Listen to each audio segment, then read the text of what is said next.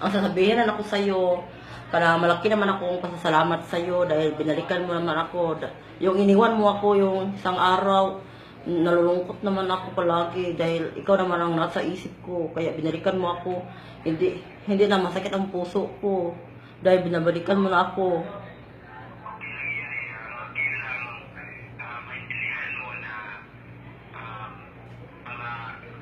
para din to sa kabutihan ng lahat na ginawa ko sa iyo. Maraming salamat sa iyo, Mark, dahil binalikan mo ako. So, ready ka na ba tomorrow? Bukas sa Tagbilaran, sa Gastropub, sa Procedure Gastropub? Oh yes, Mark, I'm very excited in going in Tagbilaran in Gastropub. May costume ka na ba? May dress ka na ba? Oo naman, kailangan talaga pupunta tayo doon. Kailangan magpapaganda pa rin ako. Magme-makeup rin ako ni Ayan. Para maganda rin ako para sa date nating dalawa.